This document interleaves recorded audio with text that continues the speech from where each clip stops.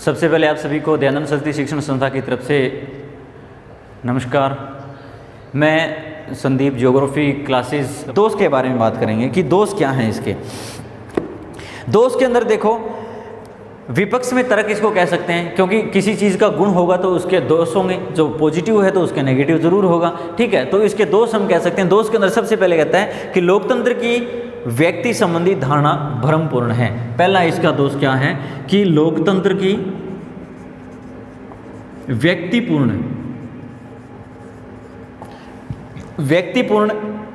संबंधी धारणा भ्रमपूर्ण है। व्यक्ति संबंधी धारणा भ्रमपूर्ण है। यानी इसके अंदर ये क्या कहता है कि लोकतंत्र जो है वो ये कहता है ना कि ये व्यक्ति के द्वारा जो है वो व्यक्तियों के द्वारा इसको चुना जाता है, तो वो इसकी क्या है, इसका भ्रम है, ऐसा कुछ नहीं होता। लोकतंत्र व्यक्ति को बुद्धि और विवेक संपन्न मानता है, उसे मताधिकार देता है और मानता है कि वह राजनीतिक मामलों में परिपक्व निर्णय देने में समर्थन होगा। यानी ये चीज़ हमने पढ़ी है कि व्यक्ति को अपना मताधिकार दे दिया, जैसे अभी हमें मताधिकार दे रखा है तो वो दे दिया। तो इसके अंदर ये कहते हैं कि हम मानते हैं कि वो इसका समर्थन करेगा, लेकिन आलोचकों का मानना है कि व्यक्ति मूल ऐसा अबौद्धिक प्राणी है जो अपने मूल संवेगों और आवेगों से चालित होता है, और इसलिए व्यक्तियों जब मताधिकार दे दिया जाता है तो व्यवहार में लोकतंत्र की जगह भीड़ तंत्र मिलता है। ये देखिए, ये लाइन चीज़ अभी अपने यहाँ पर मैं आपको एग्जाम्पल के रूप में बताता हूँ। ये कहता है कि लोकतंत्र व्यक्ति संबंधी धारणा भ्रमपूर्ण है। भ्रमपूर्ण कैसे? भ्रम का मतलब क्या होता है? हम कहते हैं ना कि भ्रम हो गया है। भ्रम का मतलब क्या होता है कि कोई भी हम काम करेंगे उसके बारे में हमें ये हो कि भी हाँ ऐसा होना चाहिए, लेकिन वो ऐसा नहीं होता है। जैसे इसके अंदर ये कहता है कि जब किसी व्यक्ति को अधिकार दे दिया जाता है वोट डालने का, तब हम ये सोचते हैं कि वो व्यक्ति अपने मताधिकार का प्रयोग पूर्ण रूप से करेगा, लेकिन ऐसा नहीं होता है। वो व्यक्ति अपने स्वार्थ के लिए या अपनी बुद्धि लब्धि कम होने के कारण वो क्या करेगा, पक्ष और विपक्ष के बारे में बात करके जो वो अपने मत का प्रयोग करता है।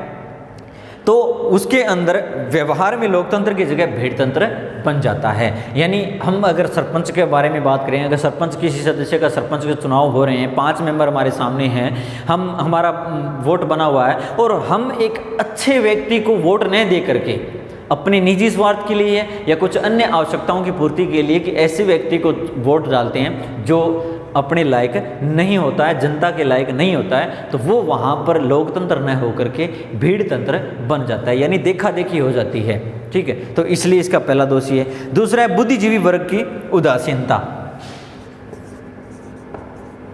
बुद्धिजीवी वर्ग की उदासीनता। अब बुद्धिजीवी वर्ग की उदासीनता कैसे होती है? हम अपने अब आपको मैं बताता हूँ, हमारे जो सरपंच के चुनाव होते हैं, क्या आपने कभी किसी गवर्नमेंट कर्मचारी को उनका प्रचार प्रसार करते हुए देखा है? नहीं देखा। चाहे टीचर हो, बैंक कर्मचारी हो, डॉक्टर हो, एटसेट्रा, जो भी गवर्नमेंट कर्मचारी हैं, वो लोग बुद्धिजीवी वर्ग के अंदर आते हैं। उनके अंदर उदासीनता होती है, वो उस चीज़ के अंदर इंटरफेयर नहीं करते हैं। वो किसी भी सरपंच के बारे में या किसी भी प्रतिनिधि के बारे में वो ये नहीं कहते कि हमें वोट दीजिए, ऐसा कुछ नहीं होता, हमने नहीं देखा। वही चीज़ें सेम यहाँ लोग होती है। वो कहते हैं कि इस व्यवस्था में माना जाता है कि गुणों की अपेक्षा संख्याओं की अधिक महत्व दिया जाता है। बुद्धिजीवी जो होते हैं उनके अंदर क्या होते हैं? गुण होते हैं। लेकिन ये क्या कहते हैं, यहाँ पर गुण को न लेकर के किसको ज़्यादा महत्व दिया जाता है? संख्या को महत्व दिया जाता है। यानी अनपढ़ लोग 20 हैं और पढ़े लिखे लोग 2 हैं, तो यहाँ पर इनकी वैल्यू नहीं है बल्कि इनकी वैल्यू अधिक होती है। तो इसलिए कहता है कि जो बुद्धिजीवी वर्ग है उसके अंदर उदासीनता पाई जाती है, क्योंकि गुण वाले व्यक्तियों की कदर न होकर के संख्या वाले व्यक्तियों की कदर लोकतंत्र के अंदर होती है। फिर इसके बाद में तीसरा है शैक्षणिक महत्व का दावा भ्रमपूर्ण है। शैक्षणिक महत्व यानी कि शिक्षा के बारे में बात करना चाहता है कि शैक्षणिक जो महत्व है उसका जो दावा करते हैं वो क्या है? भ्रमपूर्ण। वो कैसे हैं? तीसरा इसका दोष है शैक्षणिक, जो बात कर रहे हैं अपने, ये शैक्षणिक महत्व का दावा, शैक्षणिक महत्व का दावा भ्रमपूर्ण है। अब ये कैसे है? इसके अंदर देखिए, लोकतंत्र के बारे में दावा पूरी तरह से भ्रमपूर्ण है कि व्यक्ति को नागरिक शिक्षा, नैतिक शिक्षा, राष्ट्र प्रेम शिक्षा देता है। वास्तविक स्थिति से कदम भिन्न है। लोकतंत्र में राजनीतिक दल प्रत्येक राष्ट्रीय समस्या पर अपने स्वार्थ की दृष्टि से विचार करते हैं और उसे ही राष्ट्रीय हित बता करके प्रचार करते हैं। एक दूसरे पर आरोप प्रत्यारोप लगाते हैं और जनता के विभिन्न वर्गों को अपने प्रभाव में लाने के लिए उसकी भावना को भड़काते रहते हैं। यानी हम सोचते हैं कि जो शिक्षित हैं, जो शिक्षित लोग हैं वो अच्छा काम करेंगे, लेकिन ऐसा कुछ नहीं होता है। इसके अंदर जो है वो क्या होता है कि जो लोग शिक्षित हैं, प्रचार प्रसार करते हैं, वो अपना अपना प्रचार प्रसार करते हैं और अन्य जो लोग होते हैं उनको आपस में भड़का देते हैं, खुद सत्ता हासिल करने के लिए लोगों को आपस में टकरा देते हैं। तो यहाँ पर इस चीज़ के कारण शैक्षणिक महत्व जो है वो एक भ्रमपूर्ण के रूप में देखा जाता है। चौथा इसकी जो कमी है, इसका जो दोष है वो है कि लोकतांत्रिक स्वतंत्रता व समानता भ्रमपूर्ण है। लोकतांत्रिक स्वतंत्रता व समानता भ्रमपूर्ण है। यानी ये जो लोकतांत्रिक स्वतंत्रता और समानता है ये क्या है, भ्रमपूर्ण है। अब हम ये कहते हैं कि सब लोग स्वतंत्र हैं, सब लोगों के अंदर समानताएं हैं, तो वो भी हमारा क्या है, एक भ्रम है। क्योंकि लोकतंत्र व्यक्तियों को राजनीतिक स्वतंत्रता की समानता प्रदान करता है, किंतु व्यक्तियों को आर्थिक स्वतंत्रता और समानता प्रदान नहीं करता है। यानी स्वतंत्रता तो बिल्कुल मिली हुई है, लेकिन आर्थिक जो समानताएं होती हैं वो प्रदान नहीं करता है। आर्थिक स्थिति से लोग पिछड़े हुए रहते हैं, इसलिए हम इसको कह सकते हैं कि लोकतांत्रिक स्वतंत्रता जो है वो समानता इसका भ्रमपूर्ण है। पांचवा दोष है राजनीतिक दलों का दुष्प्रभाव। पांचवा जो प्रभाव है वो है राजनीतिक दलों का दुष्प्रभाव। यानी जो राजनीतिक दल बने हुए हैं, जितनी भी पार्टियां बनी हुई है, जितने भी दल बने हुए, उनका क्या है, दुष्प्रभाव है। कैसे है? संचालन के लिए राजनीतिक दल आवश्यक माने जाते हैं, किंतु राजनीतिक दल प्रणाली में अनेक दोष भी होते हैं। इसके कारण लोकतंत्र में विकार आता है। सैद्धांतिक रूप से सभी राजनीतिक दलों का निर्माण राष्ट्र हित में होता है और वे जनता के उत्थान के लिए विभिन्न सामाजिक, आर्थिक, नीति कार्यक्रमों का प्रचार करते हैं, किंतु व्यवहार में सभी राजनीतिक दल राष्ट्रभक्ति की जगह दल भक्ति को महत्व देते हैं। कोई भी दल देख लीजिए, राजनीति का जो करना चाहते हैं, जिन्होंने अपना दल बनाया है, कोई भी दल देख लीजिए, वो क्या करेगा, राष्ट्रहित के बारे में बात नहीं करके अपने हित के बारे में बात करेगा। तो वो वहाँ पर क्या है, राजनीतिक दलों के अंदर जो दल बने हों उसका दुष्प्रभाव इसके अंदर पड़ता है। छठा इसका दोष है अनुत्तरदायी शासन प्रणाली। यानी किसी के प्रति उत्तरदायी न होना। अनुत्तरदायी यानी कि कह देते हैं ठीक है कि भी हम आप सब लोगों के लिए उत्तरदायी हैं, हम ये काम करेंगे वो करेंगे, लेकिन ऐसा कुछ नहीं होता। अनुत्तरदायी शासन प्रणाली होती है, ये भी इसका क्या है, दोष है। फिर है सार्वजनिक धन व समय का अपव्यय। सार्वजनिक धन इसका सातवां दोष है, सार्वजनिक धन व समय का अपव्यय। समय का अपव्यय यानी जो सार्वजनिक धन है हमारा और समय है उसका क्या होता है, नुकसान होता है, उसका अपव्यय होता है, उसकी कमी होती है। लोकतंत्र भी नीतियों के निर्धारण में तथा कानून के निर्माण में अत्यधिक धन व्यय होता है और समय की बर्बादी होती है। ये चीज़ें इसके अंदर है। फिर है इसकी आठवीं कमी उदासीन मतदाता। ठीक है, आठवीं इसकी कमी कौन सी है, उदासीन मतदाता। उदासीन मतदाता इसके अंदर क्या कहता है, लोकतंत्र जनता का शासन कहलाता है, किंतु लोकतंत्र में होने वाले चुनाव में मतदाता पर्याप्त रुचि नहीं रखते हैं। यानी ठीक है, अब देखो हमारे गांव के अंदर आपने देखा होगा, सरपंच के चुनाव के अंदर देखा होगा, हमारे दादा हैं, दादी हैं या पड़ोस में हैं, हमने चुनाव के बारे में चर्चा की तो वो कहते हैं ठीक है दे देंगे वोट, हमें क्या, अपने को तो पर्ची डालनी है, बस इतनी सी बात कहते हैं वो। तो वो क्या है, वहाँ पर उदासीनता, मतदाता है वहाँ पर उदासीन है, उनको कोई रुचि नहीं है, जो काम जैसे हो रहा है बस होने दो, कोई दिक्कत नहीं, चाहे कोई जीतो, उनको कोई प्रॉब्लम नहीं होती है। तो वो कौन सा हमारा उदासीन मतदाता। नौवीं इसकी प्रॉब्लम है संकट काल की दृष्टि में कमजोर शासन। नौवीं ये बात करता है संकट काल जो होता है, संकटकालीन समय में जो है वो इसका दृष्टिकोण कम हो जाता है। अब इसके अंदर क्या कहता है कि संकटकालीन दृष्टि के अंदर कमजोर शासन होता है। किसी भी प्रकार की युद्ध वगैरह होती है या और होते हैं तो उसके अंदर जो शासन है वो ढीला पड़ जाता है, अपना काम के अंदर लापरवाही बरतने लग जाता है, तो वो इसमें क्या है, कमी है। 10वीं है लोकतंत्र विश्व शांति का समर्थक नहीं है। यानी जो लोकतंत्र है वो विश्व शांति का समर्थक नहीं है। गुण के अंदर हमने पढ़ा था कि विश्व शांति का समर्थक है, लेकिन दोष के अंदर हम पढ़ते हैं कि विश्व शांति का समर्थक नहीं है। अब हम बात करते हैं, ये तो हमारी होगी कमियां, पहले हमने गुण पढ़े थे, अब ये क्या थे अपने दोष। दोष में सबसे पहले लोकतंत्र की व्यक्ति संबंधी धारणा जो भ्रमपूर्ण है, बुद्धिजीवी वर्ग की उदासीनता है, शैक्षणिक महत्व भ्रमपूर्ण माना जाता है, स्वतंत्रता और समानता भ्रमपूर्ण मानी जाती है, राजनीतिक दलों का दुष्प्रभाव होता है, अनुत्तरदायी शासन होता है, सार्वजनिक धन और समय का अपव्यय होता है, उदासीन मतदाता होते हैं, संकटकालीन समय के अंदर इनका शासन कमजोर पड़ जाता है, और 10वीं है इनकी लोकतंत्र विश्व शांति का समर्थक नहीं है। ये सारे क्या हैं, इसके दोष हैं। अब हम बात करते हैं कि लोकतंत्र की सफलता के लिए आवश्यक परिस्थितियां, यानी कंडीशंस क्या हैं, परिस्थितियां कैसी होनी चाहिए, किस प्रकार की परिस्थितियां हो जिसकी वजह से हम एक अच्छा लोकतंत्र, एक अच्छे लोकतंत्र की स्थापना कर सकें, उसके बारे में बात करते हैं। अब इसके अंदर देखिए क्या कहता है कि शांति और व्यवस्था होनी चाहिए। अगर हमें अच्छा लोकतंत्र स्थापित करना है, अगर अच्छा लोकतंत्र बनाना है तो शांति व व्यवस्था अच्छी होनी चाहिए। ठीक है, यानी कि शांति का माहौल है, शांति है और व्यवस्था अच्छी है तो हम एक अच्छे लोकतंत्र को सफल कर सकते हैं। या अब इसके अंदर कहता है कि चाहे तो राजनीतिक स्थिरता व्यवस्था को चुनौती देने वाले आंदोलन चलते हैं, बाहरी आक्रमण होता है, सरकार राष्ट्र की अखंडता और सुरक्षा के लिए सत्ता का केंद्रीकरण करती है, इस प्रकार की जो चीज़ें होती हैं उनके अंदर ये केंद्रीकरण करती है और जिसकी वजह से जो है वो एक अच्छे लोकतंत्र की व्यवस्था हम कर सकते हैं। दूसरा है सुदृढ़ राष्ट्रीय अर्थव्यवस्था। दूसरा काम क्या करना पड़ेगा हमें, पहला काम अच्छा लोकतंत्र बनाने के लिए करना पड़ेगा कि शांति और व्यवस्था बनाए रखनी पड़ेगी। दूसरा काम करना पड़ेगा सुदृढ़ राष्ट्रीय अर्थव्यवस्था, सुदृढ़ राष्ट्रीय अर्थव्यवस्था होनी चाहिए। यानी अपने देश की जो अर्थव्यवस्था है वो क्या होनी चाहिए, एक अच्छी अर्थव्यवस्था होनी चाहिए। यानी जब पैसा हमारे पास होगा, अब देखिए फॉर एग्जांपल एक लोकल हमारे घर के ऊपर लेके चलते हैं, जब हमारे घर के अंदर इनकम अच्छी है, ठीक है, पैसे अच्छे आ रहे हैं, एक बेटा ले रहा है 50,000 रुपये, दूसरा बेटा ले रहा है 30,000 रुपये, बहुएँ हैं वो 20,000 रुपये ले रही है, तो अच्छी खासी इनकम हो रही है, तो वो क्यों नहीं डेवलप होगा। वही चीज़ें हैं कि सुदृढ़ और अच्छी राष्ट्रीय अर्थव्यवस्था होनी चाहिए, यानी अपने देश की जो अर्थव्यवस्था है वो अच्छी होनी चाहिए ताकि हम एक अच्छे लोकतंत्र की स्थापना कर सकें। फिर इसके बारे में बाद में बात आती है आर्थिक समानता की स्थापना, यानी आर्थिक समानता के बारे में बात करता है। तीसरा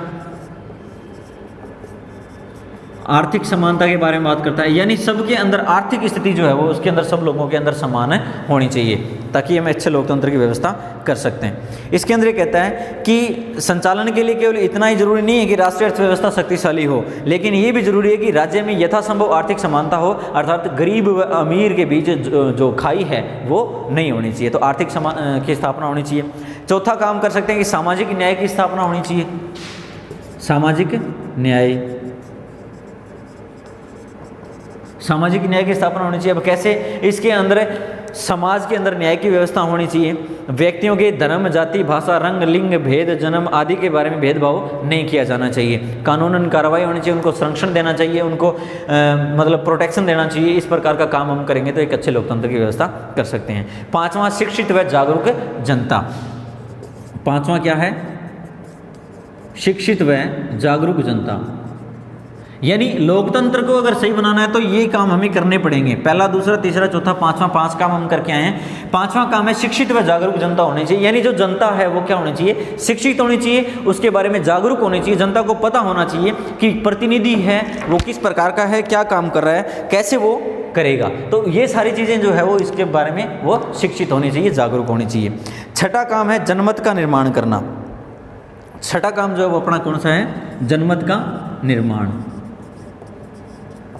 जनमत का निर्माण करना, ये छठा काम हमें करना पड़ेगा। इसमें कैसे कहता है कि प्रेस, साहित्य, रेडियो, सिनेमा, दूरदर्शन आदि सरकारी नियंत्रण नहीं होना चाहिए। यानी जो चीज़ें हैं, सिनेमा है, प्रेस का मतलब यहाँ पे न्यूज़ से है, समाचार पत्र से है, सिनेमा है, दूरदर्शन है, इनके ऊपर गवर्नमेंट का नियंत्रण नहीं होना चाहिए। जब जनमत निर्माण के साधन स्वतंत्र होते हैं तब नागरिक संगठन के रूप में और शांतिपूर्ण ढंग से सरकार के लोकतंत्र विरोधी नीतियों और कार्यों की आलोचना करने में सफल होते हैं। तो क्या होना चाहिए, जनमत का निर्माण भी होना चाहिए। सातवां काम है नागरिक नैतिक व राष्ट्रीय चरित्र। सातवां काम हमारा नागरिक नैतिक व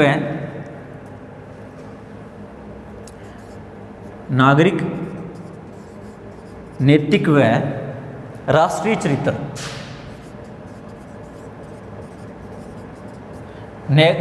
जो राष्ट्रीय चरित्र, नागरिक जो है उसका नैतिक और राष्ट्रीय चरित्र अच्छा होना चाहिए, देश के प्रति वो सही होना चाहिए।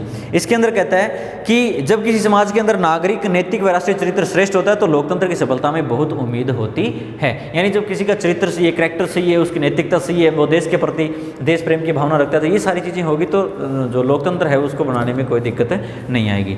आठवां काम है सत्ता का विकेंद्रीकरण तथा स्थानीय स्वशासन।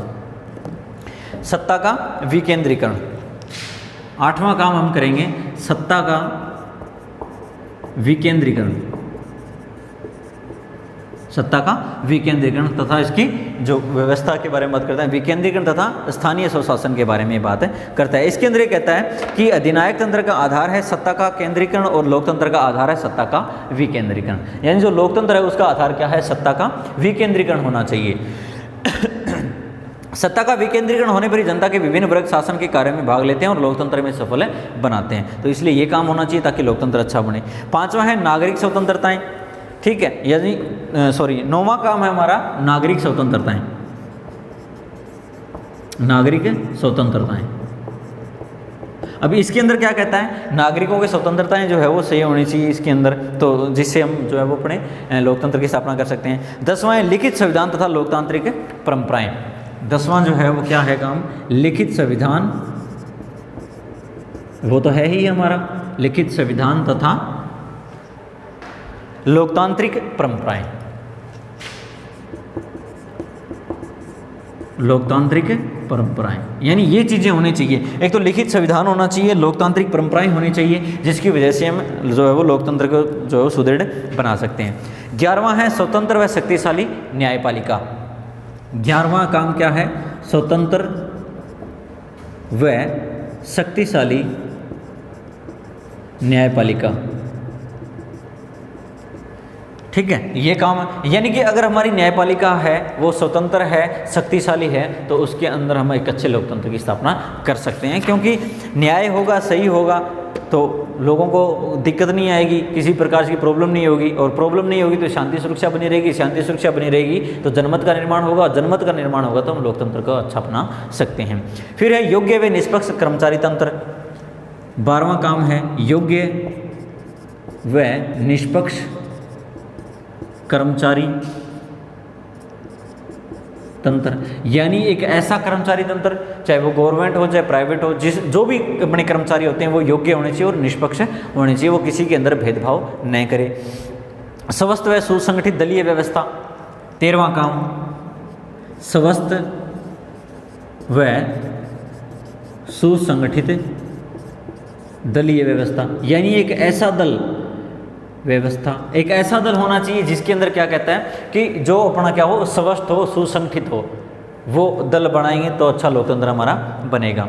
फिर इसके बाद में है योग्य व निष्ठावान राजनेता। ये काम भी होना चाहिए, योग्य व निष्ठावान नेता, यानी एक ऐसा नेता होना चाहिए योग्य हो और जो निष्ठा रखता हो अपने आप के अंदर। 15वां काम है सार्वजनिक हित की राष्ट्रीय योजनाएं। सार्वजनिक हित की राष्ट्रीय योजनाएं, यानी ऐसी योजनाएं होनी चाहिए जो अपने क्या है, सार्वजनिक हित के बारे में बात करेगा। जैसे प्रधानमंत्री जन धन योजना है, इंदिरा आवास योजना है। अभी अपने इस लॉकडाउन के अंदर आपने देखा होगा कि जो गैस सिलेंडर है वो योजना के अंदर, उज्ज्वला योजना के अंदर जो है वो फ्री कनेक्शन दिए जा रहे हैं, फ्री सिलेंडर दिए जा रहे हैं 3 महीने के लिए। तो वो क्या है, अपना सार्वजनिक हित की जो है वो योजनाएं हैं। तो इस प्रकार की योजनाएं होनी चाहिए ताकि लोकतंत्र अच्छा हो। और 16वां है आधारभूत मामलों में राष्ट्रीय सहमति।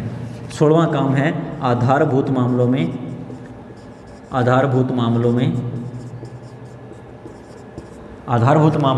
राष्ट्रीय सहमति।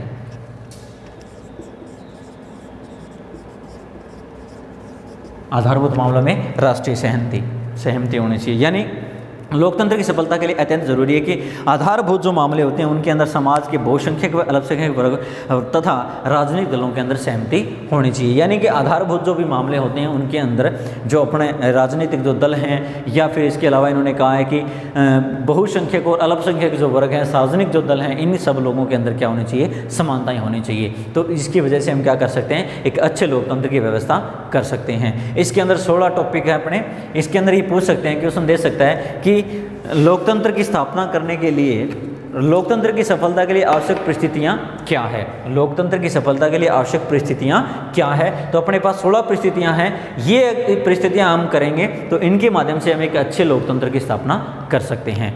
तो स्टूडेंट्स, अपना ये जो लेसन है 5वां लोकतंत्र वो कंप्लीट हुआ। उम्मीद करता हूँ कि आपको समझ में आया होगा।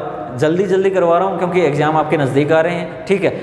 कल मैं लेके आ रहा हूँ आपके लिए एक छठा पाठ और 7वां लेसन, छठा और 7वां दोनों, इसके अंदर केंद्र सरकार के बारे में बात करेंगे और राज्य सरकार के बारे में बात करेंगे। तो इसको अगर आप देख रहे हो तो अपनी बुक्स अपने पास रखें, ठीक है, और जिस प्रकार से टॉपिक हम चले हैं उसी प्रकार से आप टॉपिक टू टॉपिक चलते रहें। YouTube channel ST geography classes के अंदर आप लोगों को ये चीज़ें करवाई जा रही है। इसको आप लाइक और सब्सक्राइब जरूर करें और आगे से आगे शेयर करें। जय हिंद, जय भारत, जय माँ सरस्वती। Thank you.